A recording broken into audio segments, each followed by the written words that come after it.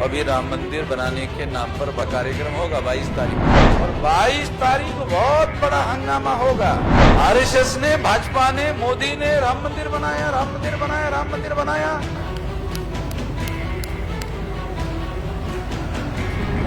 OBC के आदमी को ब्राह्मणों ने पैदा किया, वो इसी नशे में रहता, वो नशे में ही, उसको पता ही नहीं चलता किसको किया कर दिया। पढ़े लिखे जो शेड्यूल कास्ट के लोग हैं उनको क्या पता है? बाबा साहब अम्बेडकर जिंदाबाद, जिंदाबाद, जिंदाबाद, जिंदाबाद, इसके अलावा साला कुछ है ही नहीं। शेड्यूल कास्ट के लिए शूद्र शब्द नहीं है, शेड्यूल कास्ट के लिए अछूत शब्द है। अरे ये धर्म का ओरिजिनल नाम ब्राह्मण धर्म है, हिंदू धर्म नहीं है। ये तो पिछड़े वर्ग के लोगों को गधा बनाने के लिए हिंदू कह रहे हैं। और हजारों सालों से जो वंचित लोग थे उन लोगों को एम्पावर किया जाना चाहिए, ये बाबा साहब अम्बेडकर को समझदारी थी। मगर ओबीसी की गिनती करने की करोड़ों ओबीसी के लोग मांगे ही नहीं कर रहे। क्यों? वो ओबीसी हिंदू हो गए। ये हमारा दोपहर का सत्र है, तीसरे दिन के अधिवेशन का, और खास तौर पर भारत मुक्ति मोर्चा का जो 3 दिन का अधिवेशन हो रहा है, होने जा रहा है, उसका पहला दिन है। 26 जनवरी 1950 को देश में संविधान लागू हो गया और संविधान के अनुसार इस देश के पहले सभी लोगों को, जो इस देश के नागरिक माने गए, संविधान के अनुसार जो संविधान का कॉन्सेप्ट है, उस संविधान का कॉन्सेप्ट क्या है? संविधान का कॉन्सेप्ट है सिटीजन ऑफ इंडिया। अगर आप संविधान पढ़ो तो आपको पता चलेगा कि संविधान में सिटीजन ऑफ इंडिया के नाम पर अधिकार दिए गए हैं। तो ये जो सिटीजन ऑफ इंडिया है भारत में, उन लोगों को जब ये अधिकार दिए गए तो अधिकार देने की वजह से ये जागृति देश के अंदर आई कि जिस देश में जिनकी संख्या ज्यादा है उन लोगों को संख्या के अनुपात में अधिकार क्यों नहीं है। और इस वजह से ओबीसी की गिनती का मामला आजादी के आंदोलन में भी उठा,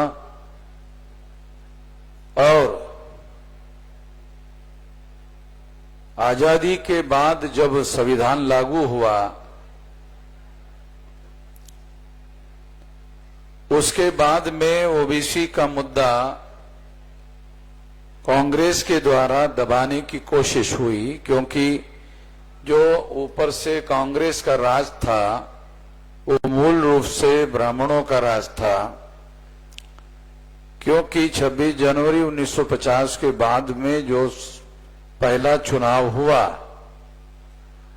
उसमें 60% टिकटें कांग्रेस ने ब्राह्मणों को दी,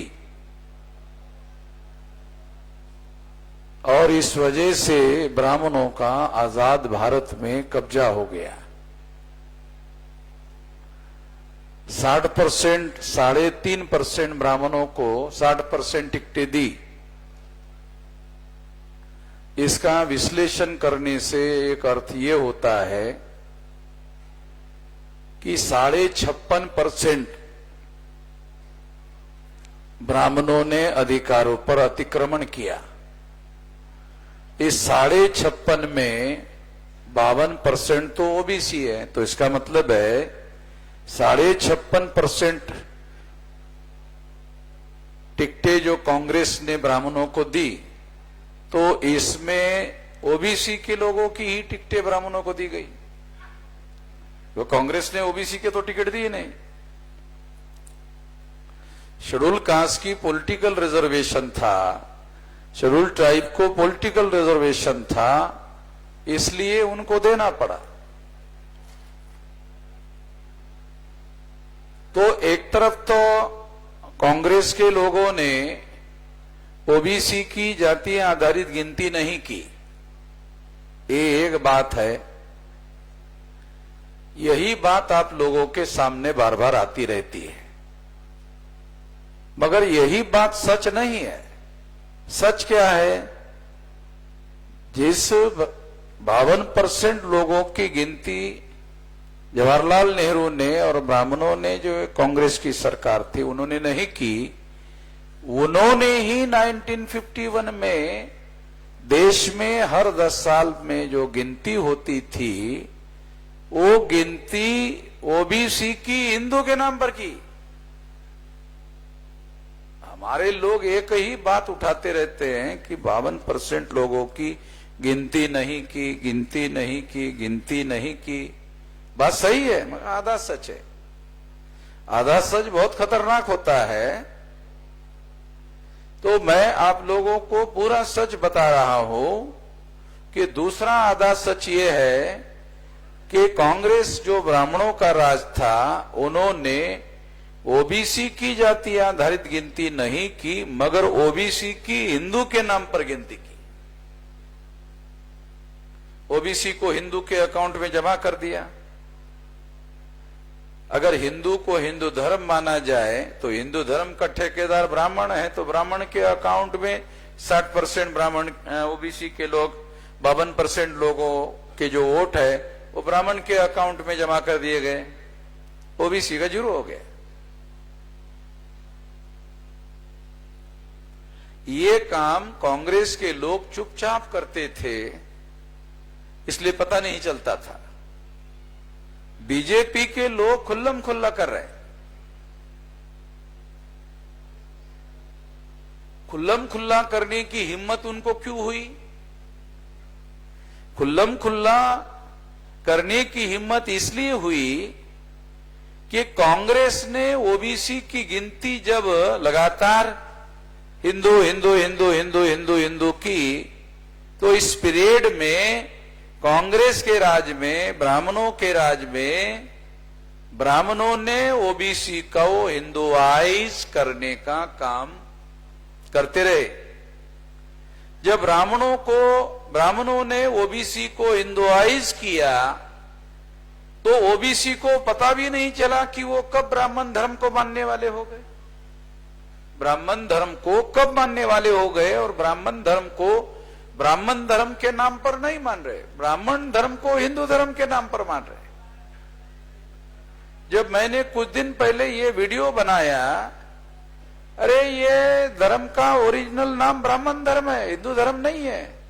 ये तो पिछड़े वर्ग के लोगों को गधा बनाने के लिए हिंदू कह रहे, ताकि छुपकर इनको हिंदू कहकर इनका इस्तेमाल किया जा सके।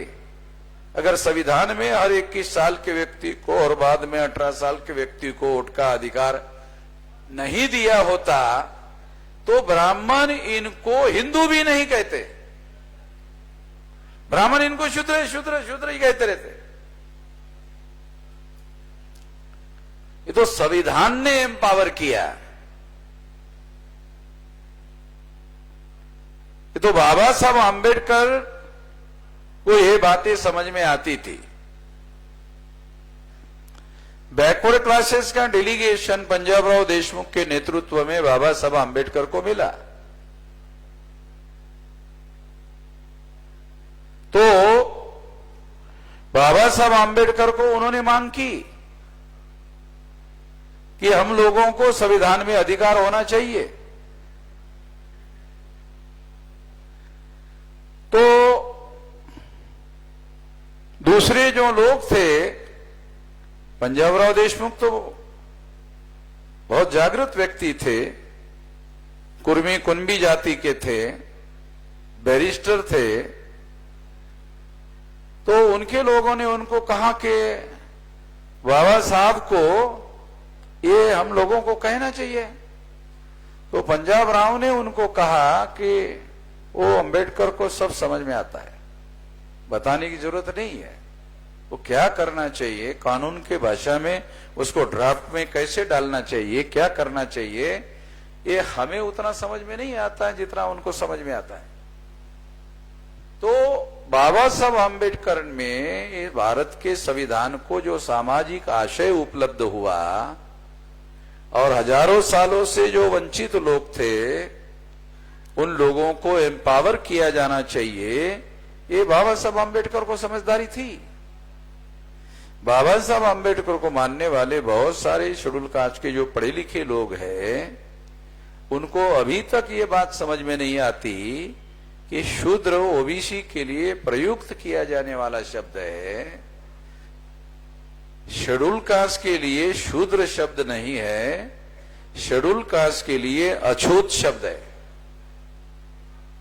तो पढ़े लिखे लोगों को ये भी पता नहीं है।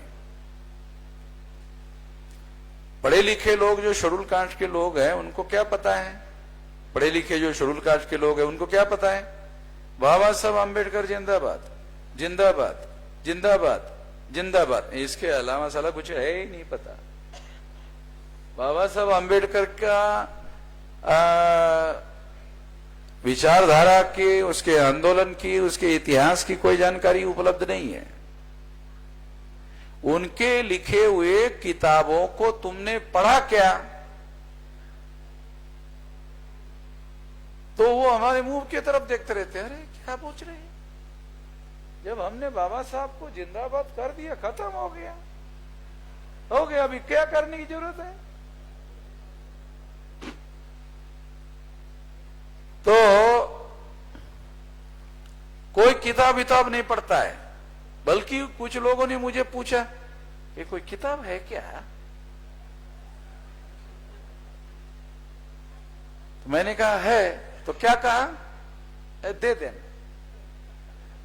ले लूंगा नहीं। तो जो आदमी को मुफ्त में किताब मिलता है वो पढ़ता नहीं, गल में रखता है। एक महीने के बाद पूछो पढ़ लिया क्या, नहीं अभी समय नहीं मिला, ऐसे ही पड़ा रहता है। तो जो पढ़े लिखे लोग हैं वो हम लोगों को बोलते हैं वामसेफ वाले लोग जो है अम्बेडकरवादी नहीं है, वामसेफ वाले लोग अम्बेडकरवादी नहीं है। क्यों? वो ज्यादा जिंदाबाद नहीं बोलते वो ज्यादा जिंदाबाद नहीं बोलते। तो जिंदाबाद ना बोलने वाले लोग अम्बेडकरवादी नहीं है। हम तो एक बार भी नहीं बोलते। मगर सारे देश भर में जो फुले शाह अम्बेडकर का आंदोलन है उसकी एबीसीडी भारत को पढ़ाने की, भारत को समझाने की और भारत के तमाम लोगों को इसकी जानकारी देने का सारा काम रात दिन तो हम लोगों ने किया, किसी ने नहीं किया। तो एक तो ओबीसी का जो आंदोलन है, ओबीसी की गिनती क्यों नहीं हो रही है? पहले नंबर के बहुत सारे कारण है। पहले नंबर का कारण क्या है? तो ओबीसी की गिनती होनी चाहिए। ओबीसी करोड़ों की संख्या में है, अगर ये मांग करेगा तो हो जाएगी। मगर ओबीसी की गिनती करने की करोड़ों ओबीसी के लोग मांग ही नहीं कर रहे। क्यों? ओबीसी हिंदू हो गया। अब ओबीसी हिंदू हो गया तो ओबीसी की गिनती कौन करेगा?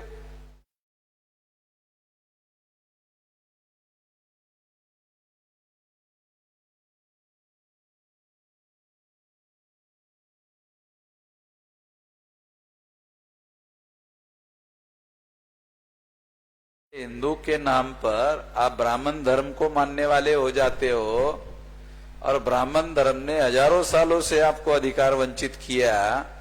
ओबीसी के नाम पर अधिकार मिला, संविधान ने ओबीसी के नाम पर एम्पावर किया।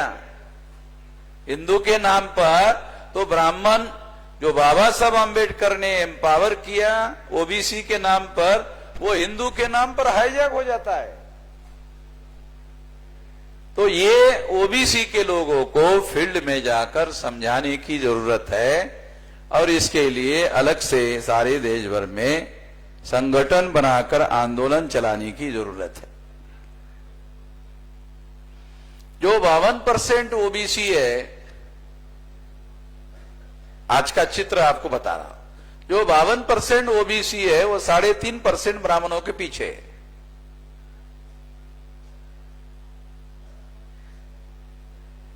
तो 3.5% ब्राह्मणों के पीछे अगर 52% ओबीसी रहेगा तो फिर तो 3.5% की सरकार आएगी। सरकार ओबीसी 3.5% की सरकार आएगी, मगर ओबीसी के समर्थन से आएगी।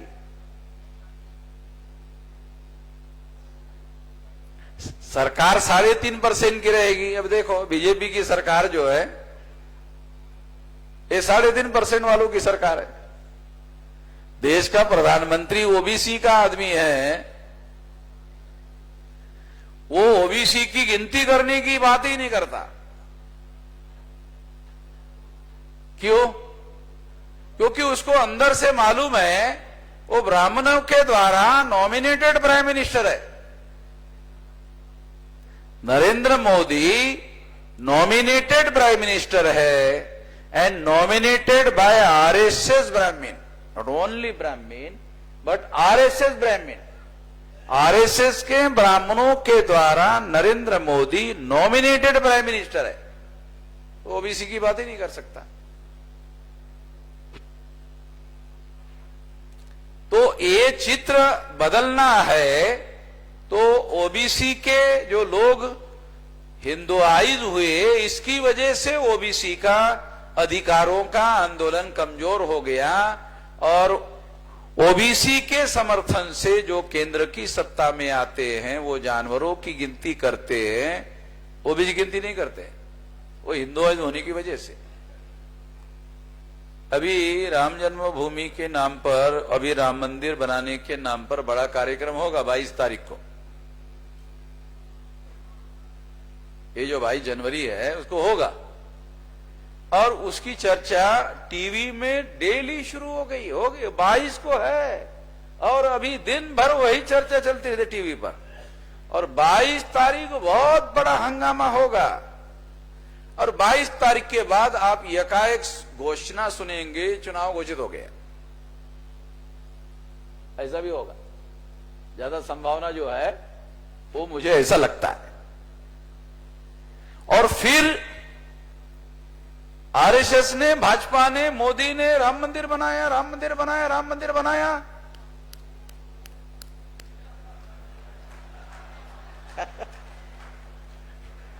पता भी नहीं चलेगा। मार्क्स ऐसा कहता था, एक अफू होती है उसका नशा होता है, मगर अफू के सामने धर्म के सामने अफू का नशा कुछ है ही नहीं। धर्म का जो नशा है वो बहुत खतरनाक नशा है। तो यूरोप में शायद इस नशे से यूरोप मुक्त हो गया मार्क्स के इसके बाद में, मगर ये जो मार्क्स का ये कहना ये 100% भारत में लागू होता।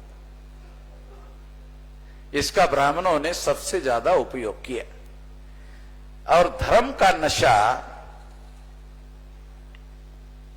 ओबीसी के आदमी को ब्राह्मणों ने पैदा किया, वो इसी नशे में रहता है और इसकी वजह से वो नशे में ही, उसको पता ही नहीं चलता किसको किया कर दिया।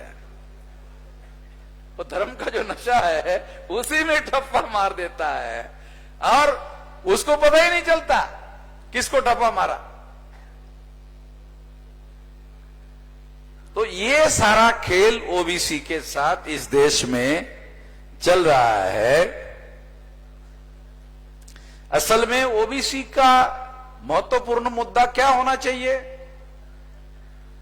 मुद्दा होना चाहिए सत्ता में हिस्सेदारी के संदर्भ में हम लोग ज्यादातर बात करते हैं और हम लोग भाषणों में बातें करते रहते हैं, ब्राह्मणों के इतने IAS है, इतने IPS है, इतने IRS है।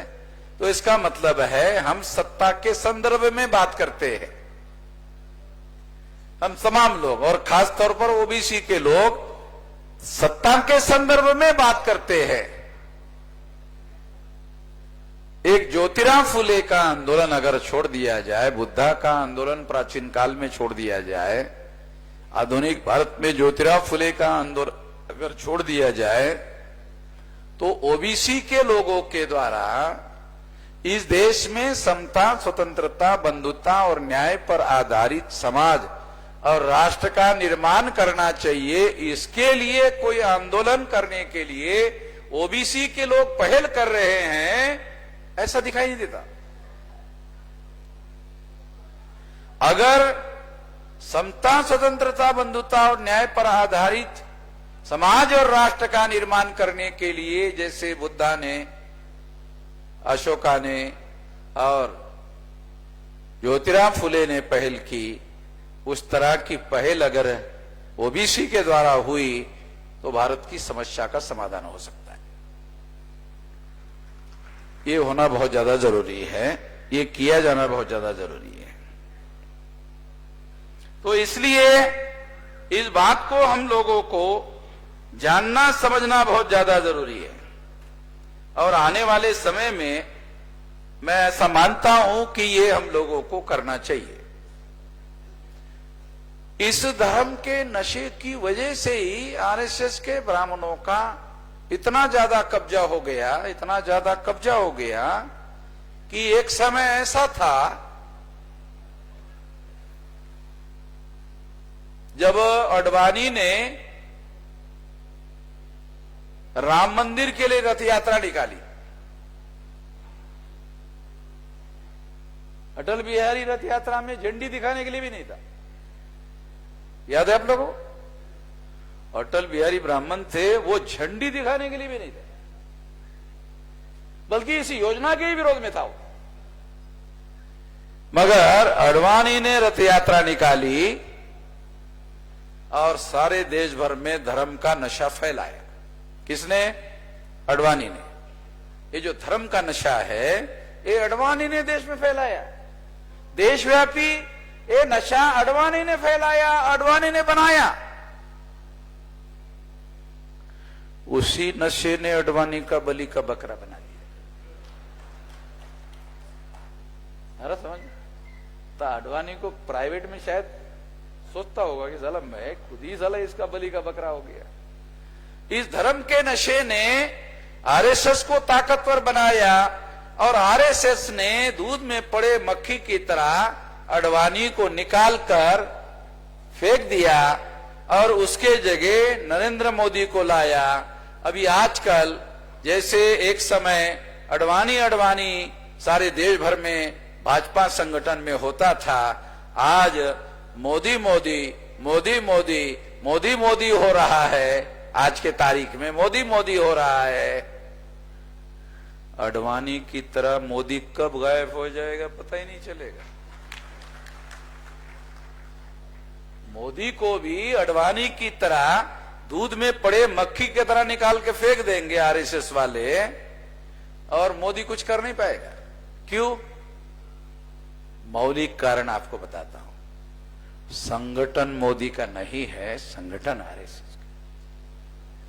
सारा कुछ हो रहा है संगठन के बदौलत हो रहा है।